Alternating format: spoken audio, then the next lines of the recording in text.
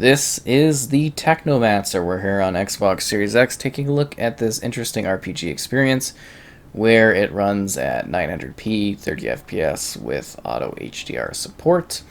And yeah, this is a very different sort of... I want to say it's kind of Dark Souls-esque, but not necessarily. It's a bit of a frustrating game that I really gave a middle of the road sort of like score to it. I really didn't necessarily think it was fantastic, but it was also kind of interesting.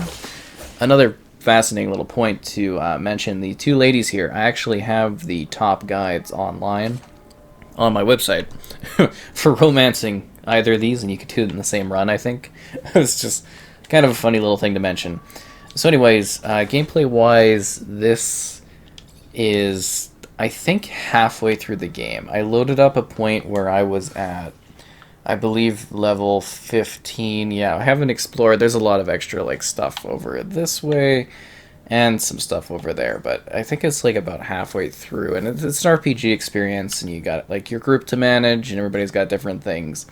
And it's something that actually had, to me, some interesting potential, because you've got like these different trees you kind of work up, and different talent skills and different attributes. Wow, I do not have like any of this stuff spent at all for some reason. One remaining point. Okay, so this is, again, like my main account is like 27 or something like that. It's beat the game, but when you load into it, it's like at the final kind of checkpoint before the end of the map, or the end of the game, if that makes sense. So it's kind of like not really a point in showing that one off. So what you're dealing with is, this is Mars, where you live as a mage-warrior sort of thing. You got different skill trees, like I showed. You have destructive electrical powers that are amplified by cybernetic implants. And you're feared and respected by all, apparently. But yet, people constantly fight you and cause issues with you, which is kind of humorous. And you make, like, story choices here or there.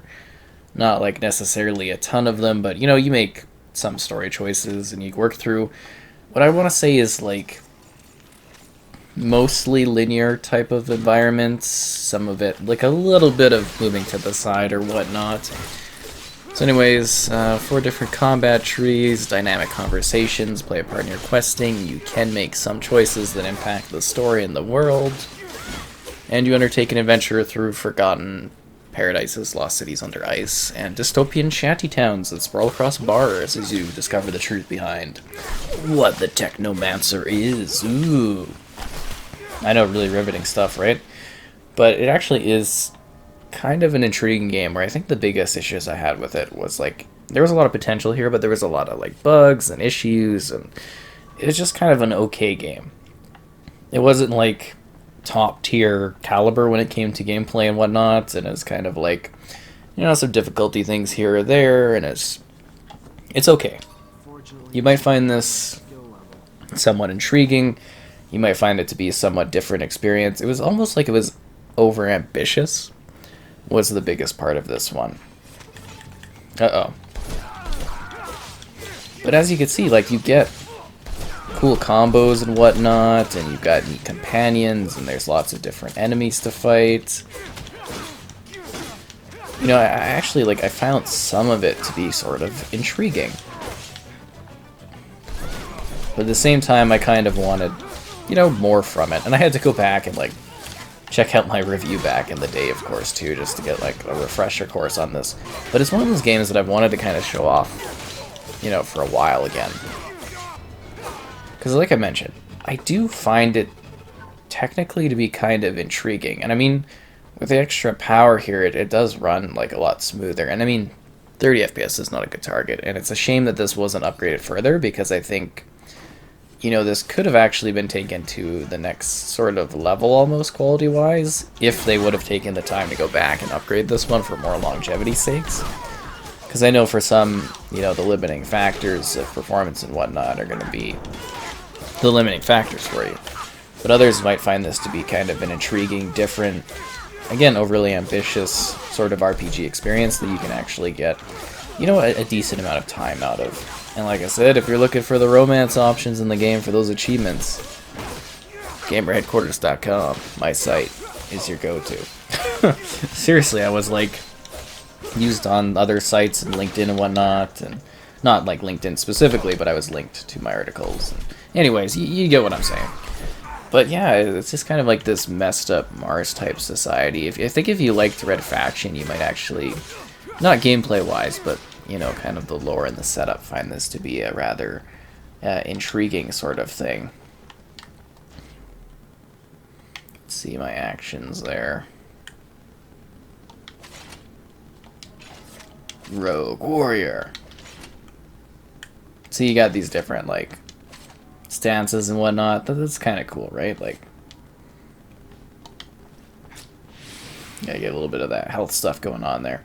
But yeah, it's an RPG, so you get different types of armor. You can kind of improve things on your character and the metrics. We mentioned those. It's just kind of a unique game. And it's hard to talk about story. Like, you meet a lot of weird characters on your way. I don't know if we want to exit this way. Enter the exchange. Actually, this might be a cool area to show. And the loading is a lot faster in this one, which is good. Because I remember loading screens being a pain, and then deaths were kind of tiring too.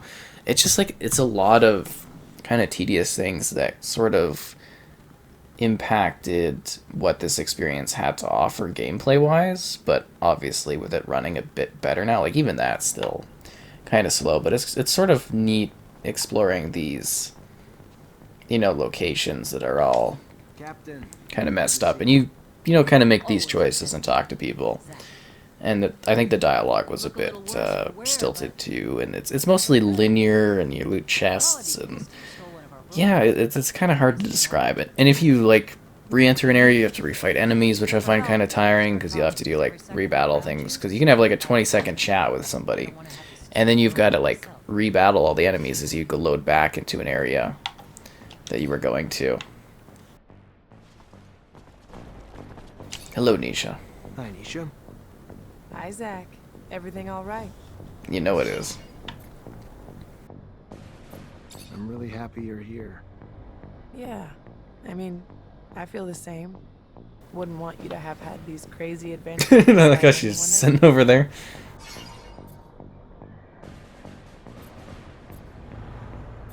Once you set your eyes on something, nothing gets... Anyways. So yeah, and like the story isn't really too intense, and the companions kind of, I guess, had interesting stories, but they don't do much in combat. They just kind of watch almost, if that makes sense. And yeah, I guess the most part is to remain vague on telling you about the story elements, and that's the biggest thing. Is it's like it's a decent story hidden behind cumbersome combat and an average world that you're exploring. The RPG elements are cool, but they didn't like really factor in enough to what you're doing, and I think that impacted things to a degree. Let's also give Amelia a shot too. How are you? Hello, Amelia. I'm fine, thanks.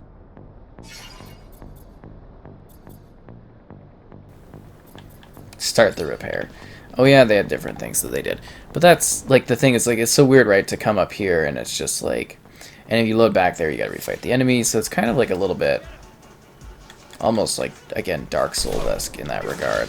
But you get, like, some kind of cool weapons, and I'd almost maybe welcome a remaster of this game at some point.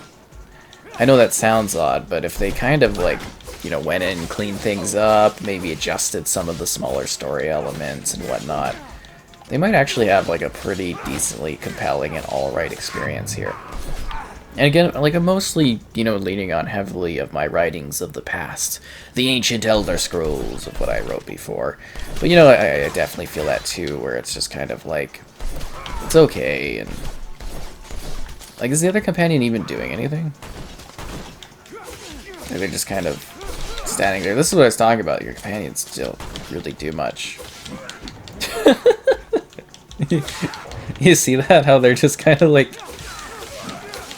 chilling and whatnot? Oh, and there's like some boss type things I think you have to fight too. Can I like persuade them to go in and fight? Oh, there we go. Now she's doing something. Yeah, it's like the AI is 100% centrally focused on you. It's a weird one to kind of be displaying, but it's one that I've kind of been like just in the back of my mind being like, I want to show this off to some people and think like what exactly folks are thinking about it at this point. Because it does, like, you know, I think at least even if we've been seeing this, you might find some of the gameplay here to be somewhat intriguing, but at the same time kind of being like, definitely runs a lot smoother than it did on the the Xbox One back in the day. Because I think originally it was supposed to be 1080, and then they kind of set their targets down a little bit lower because, you know, performance issues and whatnot. And even then, I still remember having so many like problems and everything like that, which is again like a shame because the concept here, the whole Mars thing, kind of cool, right? Like, I always find Mars to be neat, especially when they do different things with it. And then they add this like techno element to it, and that's kind of cool. But I think the, you know, overall experience didn't quite hit the mark. Like, this is kind of a neat, you know, environment to be in, right? Like, seeing this like underground city, whatnot. It's really neat, and especially like the shanty towns you go to. Like, seeing all of these lost places, and you talk to different people. I think there's, like, some minor side stuff, but for the most part, you just kind of, like, work through the story.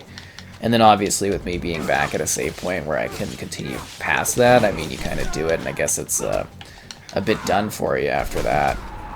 Which is a bit of a shame if you want to go further and you want to keep going. Oh, the infamous death where you have to load your last save. Oh, you're killing me inside game. Already. But yeah, even with the faster loading, it still takes a bit. Well, actually, that is a lot quicker. Maybe it's just areas that are a bit slower. But yeah, you're on the verge of completing your initiation to become a full-fledged Technomancer. But yeah, you can kind of, I think you can also like talk your way out of some situations to a degree as well. Like I mentioned, the conversations play a part in what's going on here. And you do visit some like crazy looking places as you go across the outskirts of, you know, Mars and whatnot.